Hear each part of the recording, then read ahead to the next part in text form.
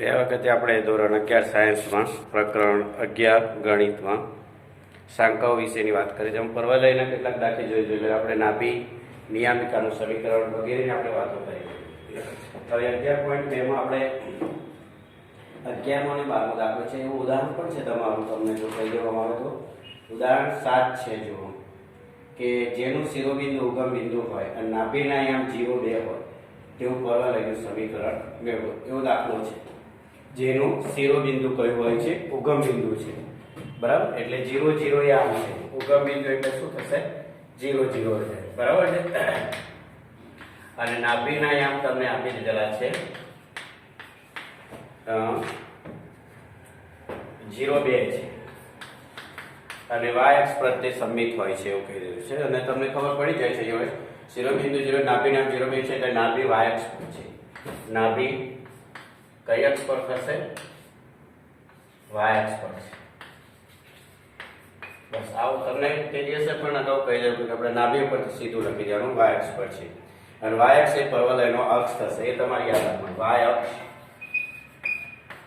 એ પરવલયનો અક્ષ છે.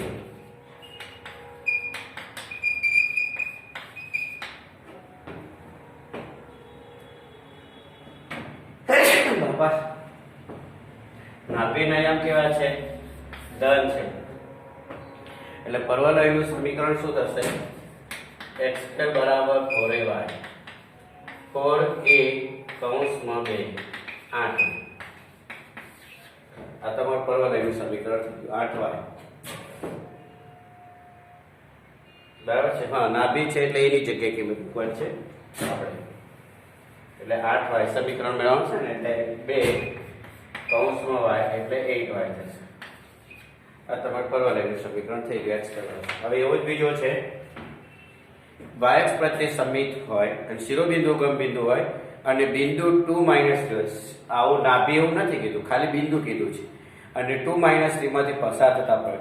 હવે જો y પરવલય ભાગ અક્ષ પ્રત્યે સમમિત છે એવું બીજું ઉદાહરણ છે. આ જે ઉદાહરણ છે 7 છે. અને ઉદાહરણ જે 8 છે એવું કહે છે કે y અક્ષ પ્રત્યે સમમિત છે. y અક્ષ પ્રત્યે સમમિત છે તમારે આલેખ પરવલય. અને ઉગમ બિંદુ છે, શિરોબિંદુ ઉગમ બિંદુ છે. આ ધ્યાન રાખવું, કારણ કે આવા જે દાખલા છે એવા બે છે તમારા સ્વાધ્યાયમાં. શિરોબિંદુ કયું છે? ઉગમ બિંદુ છે, બરાબર છે. બિંદુ ઉગમ બિંદુ છે તેવું બિંદુ અને બિંદુ જે છે 2 - 3 માંથી પસાર થાય છે. બિંદુ 2 - 3 માંથી પસાર. તમારા દોરો દોરી શકાય છે. આ જો આ લેખ થઈ ગયો. આવો તમે કહો છો. હવે શિરોબિંદુ એટલે આમ છે અને આ ઋણ છે. y અક્ષ પ્રત્યે ઋણ છે. y અક્ષ ઋણ હોય એટલે અહીં આવે કે નહીં આવે? બરાબર છે. એટલે તમે જે દોરશો 2, 3, 2 અને 3 એટલે ચોથા ચરણમાં જેવું થાય છે, બરાબર છે. અને y અક્ષ પ્રત્યે સમમિત હોય છે. y અક્ષ પર આવશે એટલે તમારે આલેખ જે છે આમ હશે. અને 2 અને -3, 2 અહીંયા હશે, -3 એટલે અહીંયા આવે, બરાબર છે. આમ તમે દોર દો તો આ તમારા નાભી ખંડની લંબાઈ થઈ જશે. આ પરવલય છે, આ x અક્ષ છે અને y અક્ષ છે, બરાબર છે. એટલે y અક્ષ પ્રત્યે સમમિત છે જે હશે, બરાબર છે. એટલે આપણે આ પરવલયનું સમીકરણ x² બરાબર 4ay છે અથવા x² બરાબર, પણ ચિહ્ન તમારું અહીંયા ઋણ છે. શું છે? ચિહ્ન ઋણ છે. એટલે પરંતુ પરવલય ચોથા ચરણમાં આવશે, બરાબર છે. એટલે આમ દોર દો તો બી ચાલશે, આમ દોર દો તો બંને ઋણ આવશે, બરાબર છે. કેવા આવશે? ઋણ. એટલે ચોથા ચરણ પ્રમાણે મેં કરી દીધેલું છે, બરાબર.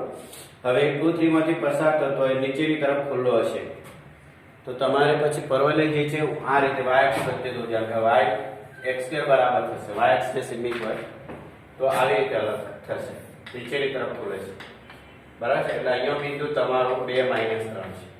બસ આટલું યાદ રાખવાનું, બરાબર. અને હવે x² બરાબર -4ay લઈ લેવાનું. હવે તમારી પાસે x અને y ની કિંમતો છે, મૂકી દેવાની. 2² બરાબર -4a * -3 એટલે 4 બરાબર +12a. તો a બરાબર શું મળશે? 1/3. આ a ની કિંમત પાછી મૂકી દેવાની. જે એની કિંમત આવશે પાછી મૂકી જાય એટલે તમને સમીકરણ મળી જશે. x² બરાબર -4 કૌંસમાં 1/3 y. તો સમીકરણ શું બની જશે? 3x² બરાબર -4. બસ આવા જે દાખલા છે એ તમારા 11મો અને 12મો છે કે શિરોબિંદુ 0 0 2 3 બિંદુમાંથી પસાર. હવે 2 3 બિંદુ ધન છે અને x અક્ષ પ્રત્યે સમમિત હોય. આ y અક્ષ પ્રત્યે સમમિત છે કે તમે આ સમજો. હવે x અક્ષ પ્રત્યે સમમિત હોય તો તમારે શું લખવાનું? x² બરાબર 4ay. કેમ કે બિંદુ જે આપણે છે 2 3 છે એટલે પ્રથમ ચરણમાં છે.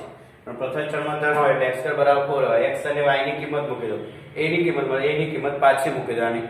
એ રીતે તમારો સ્વાધ્યાયનો 11મો દાખલો અને એ જ રીતે 12મો દાખલો છે. બરાબર છે? એટલે બંને 0 0 છે. 2 3 અને 5 તો શિરોબિંદુ તમને આપે છે. તમારે કઈ નામ જેનો x અક્ષ પ્રત્યે સમમિત હોય છે ત્યારે તમારે આટલું જ કરવાનું છે. બરાબર? એટલે સ્વાધ્યાય 11.2 માં આવા બે દાખલા છે. બહુ ઈઝી રહે છે બેટા. શિરોબિંદુ કીધેલું છે, નાભી નથી કીધું. નાભી કીધું હોય તો તમારે નાભી પ્રમાણે ચાલવાનું છે. નાભી ધન છે કે ઋણ એ પ્રમાણે. જો નાભી ધન હોય તો તમારો પ્રલય ઋણ પર, ઋણ અક્ષ પર. બરાબર છે? જે સ્વાધ્યાય છે એ 11.2 છે અને દાખલા નંબર બેટા આમાં કહે છે કે ઉગમ બિંદુ 0 શિરોબિંદુ અને બિંદુ જે આપી દીધેલું છે 2 3 છે અને x અક્ષ જેનો અક્ષ હોય. બરાબર? હવે પરવલયનો x અક્ષ થાય તો x અક્ષ પ્રત્યે સમમિત છે એવું લખી દેવાનું. x અક્ષ પ્રત્યે સમમિત છે. હવે બિંદુ જે છે પ્લસ છે એટલે બિંદુ પ્લસ ધન હોવાથી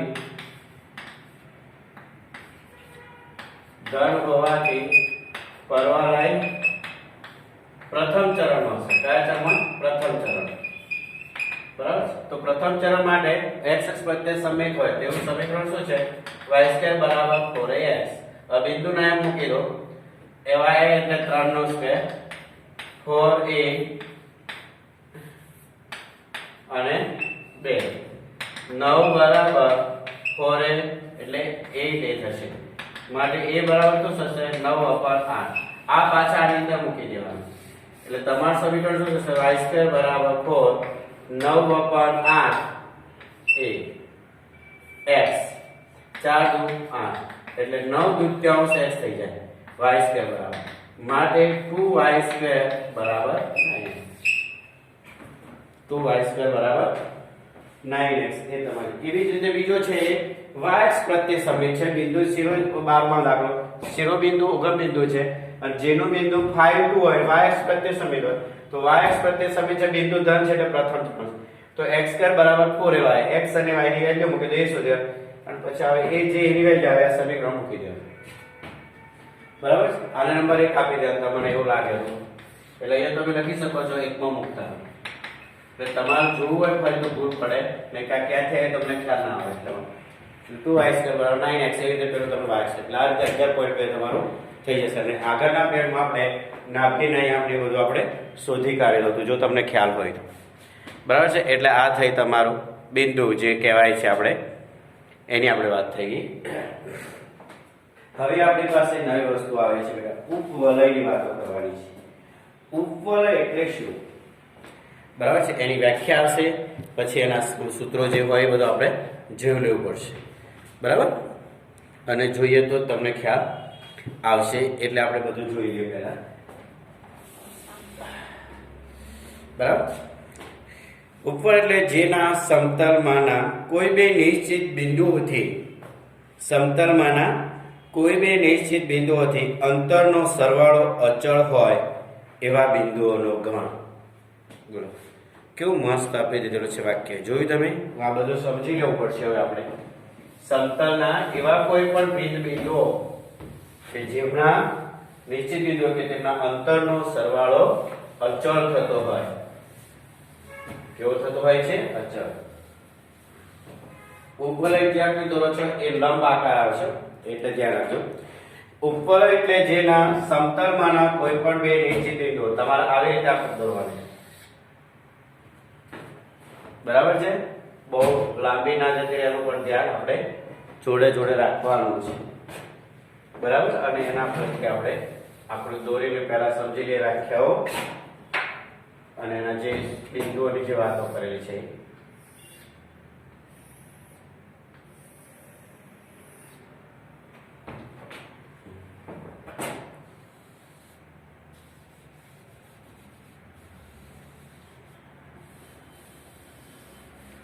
ચલો થઈ ગયું.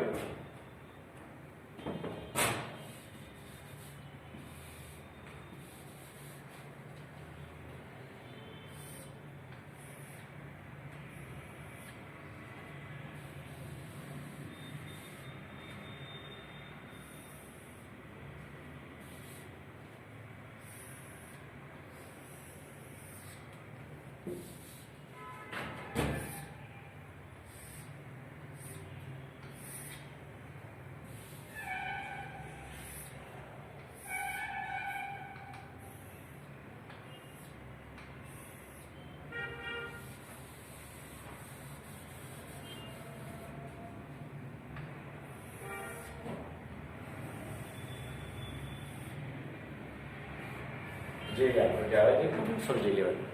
લંબાકાર છે. જો ઉપર એટલે જેના સમતલના કોઈ બે નિશ્ચિત બિંદુઓ લેવાના છે. તો અહીંયા નિશ્ચિત બિંદુઓ લીધેલા છે F1 અને F2. જોઈ લેજો. આ જે છે F1 છે અને અહીંયા જે લીધેલું છે F2 છે. પહેલા સમજી લો. હા, અંતરનો સરવાળો અચળ હોય તેવા બિંદુઓનો ગણો. હવે તમારે અહીંયાથી કોઈ બિંદુ અહીંયા લીધેલું છે તમે અંદર તમારી બુકમાં. એક બિંદુ અહીં છે અને ત્રીજું બિંદુ પણ તમને આપી દીધેલું છે. આ બિંદુ નામ P1 છે, આ P2 છે અને અહીંયા જે આપેલ છે આ ત્રણે ત્રણ પાછા અહીંયા પણ જોડવાના છે. અહીંયા પણ આપણે જોડવાના છે. બરાબર છે. F1 F2 આપણે લખી દીધું છે, P1 P2 પણ નહીં. હવે આટલું જે છે લંબ ગોળાકાર છે. કેવી હશે? લંબ ગોળાકાર છે. બરાબર. હવે સાંભળો. સરવાળો અચળ હોય તેવા બિંદુઓ છે. આ બે નિશ્ચિત બિંદુઓને ઉપવલયની નાભી કહેવામાં આવે છે. આ બિંદુઓને શું કહેવામાં આવે છે? નાભી કહેવામાં આવે છે. નિશ્ચિત બિંદુઓ જે છે એ નિશ્ચિત બિંદુઓને નાભી તરીકે ઓળખવામાં છે. તો F1 અને F2 ના નાભી. ઉપવલય પરના કોઈપણ બિંદુનો સમતલના બે નિશ્ચિત બિંદુઓથી અંતરનો સરવાળો અચળ હોય છે. એટલે કે P1 F1 તો P1 F1 plus P1 F2 બરાબર P2 F1 plus P2 F2 P2 F2 P2 F1 અને P2 F2 એવી જ રીતે બરાબર F1 P3 બરાબર P3 F2. આ સરવાળો હંમેશા અચળ હોય છે એવું કહેવામાં આવે છે. F1 થી P1 અને P1 થી F2, F1 થી F2 અને F2 થી P2, F1 P3 F2 P3 એ અંતરનો સરવાળો હંમેશા અચળ હોય છે એવું કહેવામાં આવે છે. હવે ધ્યાન રાખવાનું તમારે છે. બરાબર. નાભીઓને જોડતા રેખાખંડના મધ્ય બિંદુને ઉપવલયનું કેન્દ્ર કહેવામાં આવે છે. નાભીઓને જોડતા એટલે આપણે આકૃતિ નવી દોરવી પડશે બેટા. શું કરવી પડશે? આકૃતિ નવી દોરવી પડશે. બરાબર છે.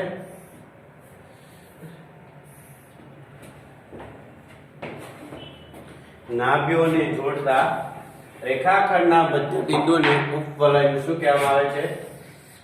કેન્દ્ર કહેવામાં આવે છે. અહીંયા જે છે એ આટલા લખીએ આપણે. આ F1 છે અને અહીંયા જે છે શું છે? F2. આ બંને બિંદુને જોડતો નાભીઓને જોડતા આ નાભી છે યાદ રાખજો. બે નાભી હોય છે ઉપવલયમાં F1 અને F2 છે. એના રેખાખંડના મધ્ય બિંદુને આ જે છે O છે તો આ બંને ભાગ કેવા થઈ જશે? સરખા થઈ જશે ને. એને ઉપવલયનું શું કહેવામાં આવે છે? એને કેન્દ્ર કહે છે. કોનું? ઉપવલયનું કેન્દ્ર કહેવામાં આવે છે. બધી વ્યાખ્યાઓ ધ્યાન પહેલા જોયો. હા, અને ઉપવલયના નાભ્યોમાંથી પસાર થતા રેખાખંડને ઉપવલયનો પ્રધાન અક્ષ કહેવાય છે. આ તમારા બિંદુઓ છે. આને તમે અહીંયા સુધી જોડ દો તો આ ઉપવલયના નાભ્યોમાંથી પસાર થતા રેખાખંડને ઉપવલયની નાભ્યોમાંથી પસાર થતા રેખાખંડને શું કહેવામાં આવે છે? પ્રધાન અક્ષ કહેવામાં આવે છે. આ એક બરોબર છે. નંબર 2, કેન્દ્ર અને કેન્દ્રમાંથી પસાર થતો અને પ્રધાન અક્ષને લંબ રેખાખંડને ઉપવલયનો ગૌણ અક્ષ કહેવામાં આવે છે. ઉપવલયના નાભ્યોમાંથી પસાર થતો હોય અને કેન્દ્રમાંથી પસાર થતો હોય અને પ્રધાન અક્ષને લંબ રેખાખંડને ઉપવલયનો શું કહેવામાં આવે છે? આ બિંદુઓ છે ગૌણ અક્ષ કહેવામાં આવે છે. શું કહેવામાં આવે છે? ગૌણ અક્ષ કહેવામાં. હવે એ નામ આપેલા છે તો આપણે આપી દઈશું. A અને B જે છે તમારી પ્રધાન અક્ષ છે અને C અને D જે છે તમારે શું છે? ગૌણ અક્ષ થાય છે. એટલે લંબ રેખાખંડને ગૌણ અક્ષ કહેવામાં આવે છે. અહીંયા ઘણા બધા પ્રશ્નો આવશે, એટલે બરાબર ધ્યાન રાખજો કારણ કે આપણે પ્રશ્નો લખવા પડશે એને જે આપ્યા છે. બરાબર છે. અહીંયાથી અહીંયા સુધીનું જે ડિસ્ટન્સ છે એને પ્રધાન અક્ષ કહેવાય છે. હું કેન્દ્ર વચ્ચે લખી દઉં છું, બરાબર? એટલે તમારે બધું ખુલ્લું થઈ જશે.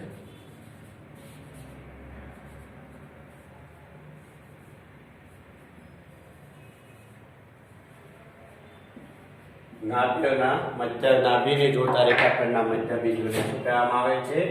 ઉપવલયનું કેન્દ્ર. અને નાભ્યોમાંથી પસાર થતા રેખાખંડને પરવલયનો પ્રધાન અક્ષ કહેવામાં આવે છે.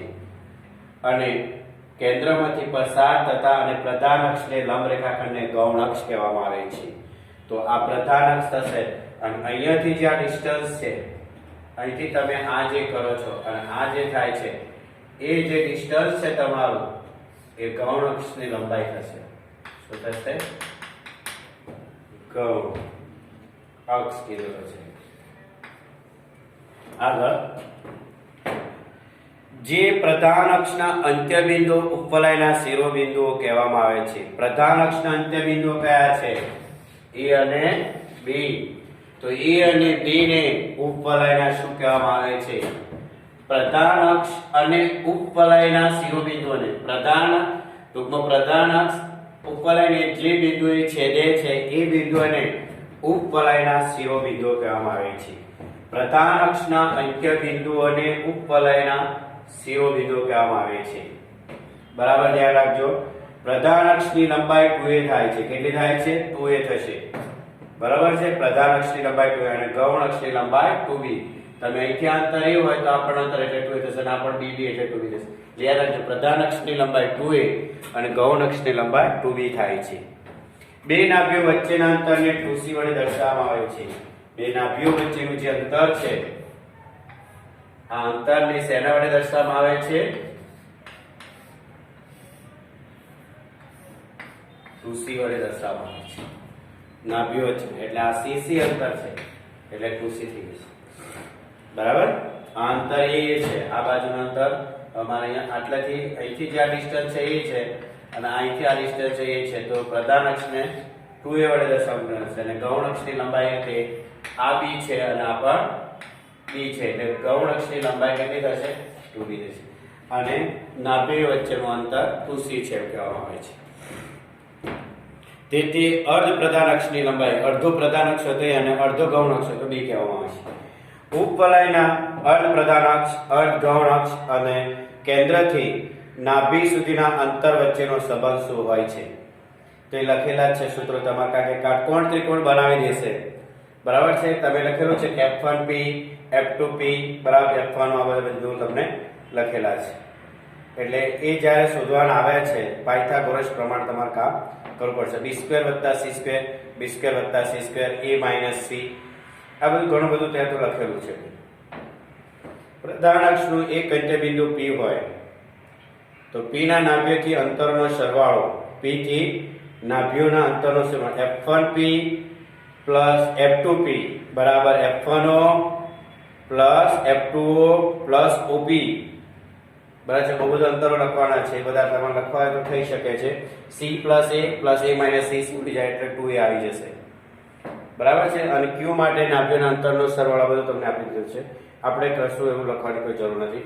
જો ઉપવલયના દરેક વિશિષ્ટ પ્રકારના અનુમાન છે c² = a² - b² મળતું હોય અને એના મૂલ્યને અચળ રાખો તો સી ના મૂલ્યને 0 થી a સુધી લંબાવીએ બદલીએ તો ઉપવલયનો આકાર વર્તુળાકાર થઈ જાય છે. જો a ના મૂલ્યને અચળ કરી દેવાનું છે, બરાબર છે, અને c નું મૂલ્યને 0 થી a સુધી બદલી નાખીએ તો ઉપવલય વર્તુળાકાર બની જશે. જો c બરાબર 0 હોય તો બંને નાભીઓ કેન્દ્રમાં મળી જાય છે. c નું મૂલ્ય શું થઈ જાય? 0 થઈ જાય. આને આ ડિસ્ટન્સ 0 હોય તો આ f1 અને f2 અહીંયા મળી જશે કેન્દ્રમાં, એવું કહેવામાં આવે છે. અને a બરાબર b થઈ જાય છે અને વર્તુળ બની જશે. આમ વર્તુળ એ ઉપવલયનો એક વિશિષ્ટ પ્રકાર છે. જો c બરાબર a લઈ લો તમે, c અને a નું મૂલ્ય સરખું લો તો શું કહેશે સાંભળો, અને b બરાબર 0 લઈ લો, આ બંને 0 લઈ લો તો એવું કહે છે કે બે નાભીઓને જોડતો રેખાખંડ f1 f2 બની જશે. આટલો જ બની જશે, બરાબર છે, f1 f2 બની જશે. ઉત્કેન્દ્રતા, હવે આ વાક્ય ખાસ જોઈશે. ઉપવલયના કેન્દ્રનું એક નાભીથી અંતર અને કેન્દ્રથી શિરોબિંદુના અંતરના ગુણોત્તરને ઉપવલયની કેન્દ્ર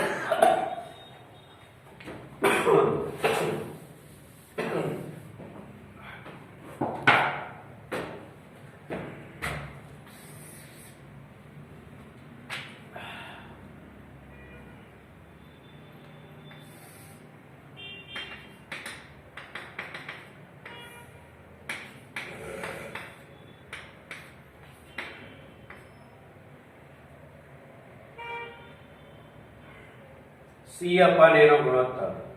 શું? c upon a નો ગુણોત્તર. ઉપવલયના કેન્દ્રથી એક નાભીનું અંતર આ c છે અને કેન્દ્રથી એક શિરોબિંદુનું અંતર, આ અંતર કેટલું છે?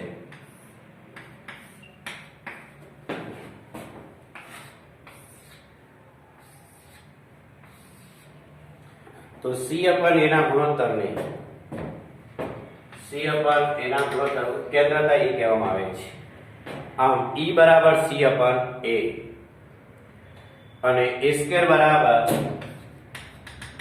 b square plus c square હોવાથી c greater c less than a થાય. શું થશે? c less than a. તેથી 0 less than a less than 1. ઉત્કેન્દ્રતાનું મૂલ્ય 0 થી મોટું અને 1 થી નાનું હોય છે, બરાબર છે. પછી એનું પ્રમાણિત સમીકરણ જે હોય તે a square upon b square x square upon a square વત્તા b square y square upon b square બરાબર a ને ઉપવલયનું સમીકરણ કહેવામાં આવે છે. તમે બધું કંઈ કરવાની જરૂર નથી, સીધું જ તમારે જવાબ લખી દેવાનો છે. ઉપવલયનું સમીકરણ છે x square upon a square y square upon b square બરાબર 1 ને આ સમીકરણનો સંતેજ છે, એટલે તેને ઉપવલયનું કેન્દ્ર ઉગમ બિંદુ હોય અને પ્રધાન અક્ષ x અક્ષ હોય છે અને ગૌણ અક્ષ y અક્ષ હોય છે. તમને ખબર છે, બરાબર. જો ઉપવલયની રેખાઓ x બરાબર માઇનસ અને x વચ્ચે આવેલ હોય તો રેખાઓ સ્પર્શે પણ છે. તેવી જ રીતે ઉપવલયની રેખાઓ y બરાબર માઇનસ b અને y બરાબર b ની વચ્ચે હોય તો રેખાઓ પણ સ્પર્શે છે. એ તો સ્વાભાવિક છે. તમે આ દૂર દીધેલી છે, તમને દેખાય છે b થી મેં c સુધીને લંબાવી દીધેલું છે નીચે તરફ, એ સ્પર્શક રેખા થઈ જાય છે. એટલે ઉપવલયનું સમીકરણ થશે x square upon b square વત્તા y square upon y square બરાબર 1.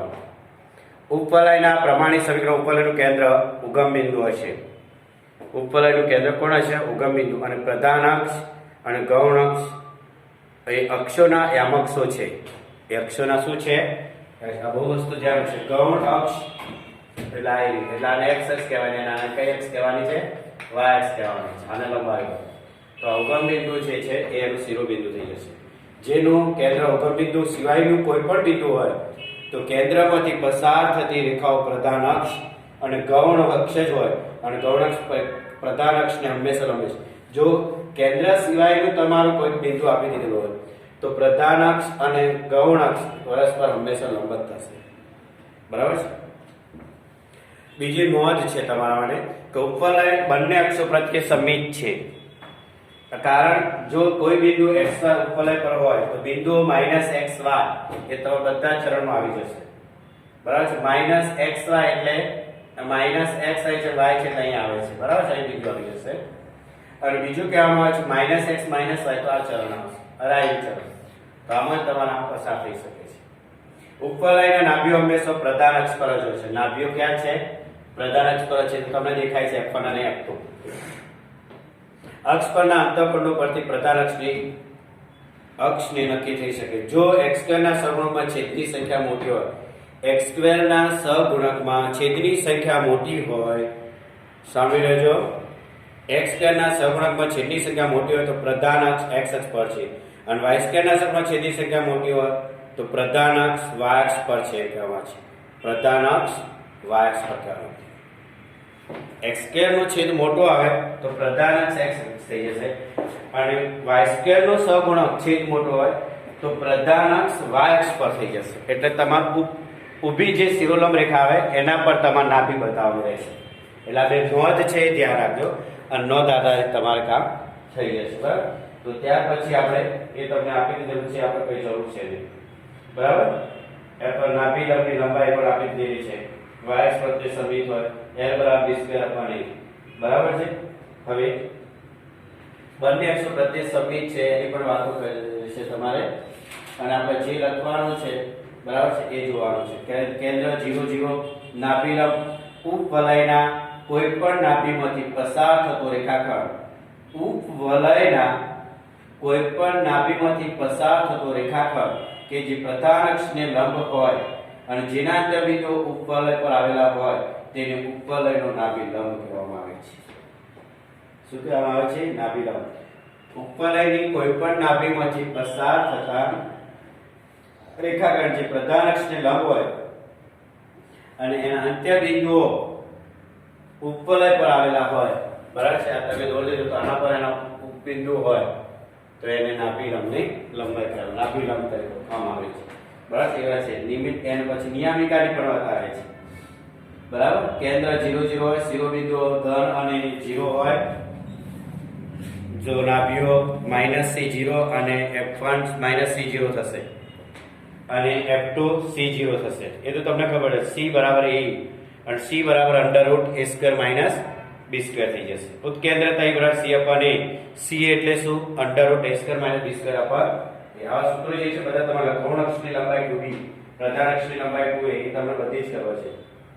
ગૌણ અક્ષનું સમીકરણ x બરાબર 0, કારણ કે ગૌણ અક્ષ એ y અક્ષ છે તો y અક્ષ પર x 0 હોય અને પ્રધાન અક્ષ પર y 0 હોય છે. એટલે પ્રધાન અક્ષનું સમીકરણ y બરાબર 0. આ બધું ધ્યાન રાખવાનું છે. ગૌણ અક્ષની લંબાઈ 2b, ગૌણ અક્ષનું સમીકરણ x બરાબર 0, પ્રધાન અક્ષનું સમીકરણ y બરાબર 0, નાભિલંબની લંબાઈ 2b² અપન મોડ ઓફ a. નાભિલંબના અંત્ય બિંદુઓ +or-c +or-b² અપન a. નિયામિકાનું સમીકરણ x બરાબર +or-a અપન a. બંને અક્ષો પ્રત્યે સમિત એવું સમીકરણ તમને આપી દીધેલું હોય. એટલે આ જે સમીકરણો જે છે a > b હોય અને a > b હોય ત્યારે બધી પ્રધાન અક્ષની લંબાઈ 2a થાય, 2b થાય છે. ગૌણ અક્ષની લંબાઈ 2b તમને ખબર છે. ઉત્કેન્દ્રતાની વાત ખબર છે, c અપન a. બરાબર? c એટલે √a² - b² અપન a. નાભિલંબની લંબાઈ 2b² / a.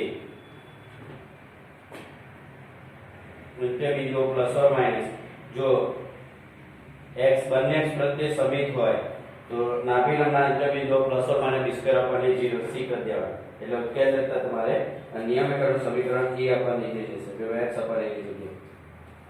બરાબર છે? એટલે આ બધું તમારે ધ્યાન રાખવાનું છે. એવી y બરાબર એ તમારે દોરવું હોય તો દોરી દઈશું આપણે, પછી તમને લખાઈ દઈશું ઉપર પ્રમાણિત સમીકરણ પરથી જેની જરૂર છે એ બધું આપણે લખવું પડશે, પછી આપણે દાખલાની શરૂઆત કરીશું. ઓકે.